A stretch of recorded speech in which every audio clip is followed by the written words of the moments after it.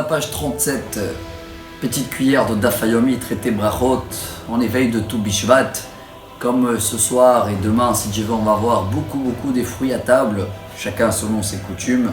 Je pense quand même on va vouloir glorifier la terre d'Israël avec Shivrat Aminim, les 7 espèces que tout le monde connaît. Hita, Seora, le blé, l'orge, Geffen, Teena, Rimon, le raisin, la figue, la grenade, Zaït, l'olive et Dvash, le miel, mais le miel de date. Après les messages qu'on a parlé hier et avant-hier, si vous vous rappelez dans les anciennes pages, comme quoi il faut être précis dans le merci, et quand j'ai une bénédiction maisonnote comme du pain, motzi, elle va passer avant les fruits, chacun selon l'investissement dans les travaux qui a été fait. Et bien même dans les céréales d'Israël, de la terre d'Israël, il y a une catégorie, ce qui s'appelle d'être connaisseur à faire plaisir à Dieu. Si j'ai des raisins devant moi et une olive, alors les deux c'est de la terre d'Israël.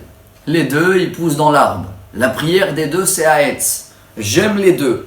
Est-ce que j'ai une préférence? Est-ce que je vais choisir d'abord l'olive ou d'abord le raisin ou la grenade? Même dans ça, chers amis, on a une liste qui est très belle, compliquée à retenir, mais à la fin on va essayer de sortir avec un petit jackpot qu'on va se rappeler à vie comment on peut faire plaisir à Dieu même dans ces petits détails là. Alors, il y a 2 fois dans la Torah où c'est marqué Eretz. Eretz Chita ou Seora Geffen Teena Verimon. Eretz Zeit Shemen Udvash. Alors la Gemara elle dit, le fruit qui est le plus proche du mot Eretz, il va passer en premier.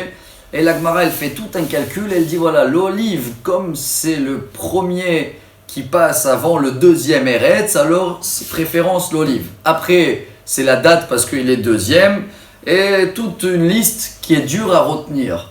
Mais si vous voulez se rappeler quelque chose de beau, et on peut le partager à table ce soir et demain, c'est juste suivre le noyau, le pépite peut-être on dit en français. Hein.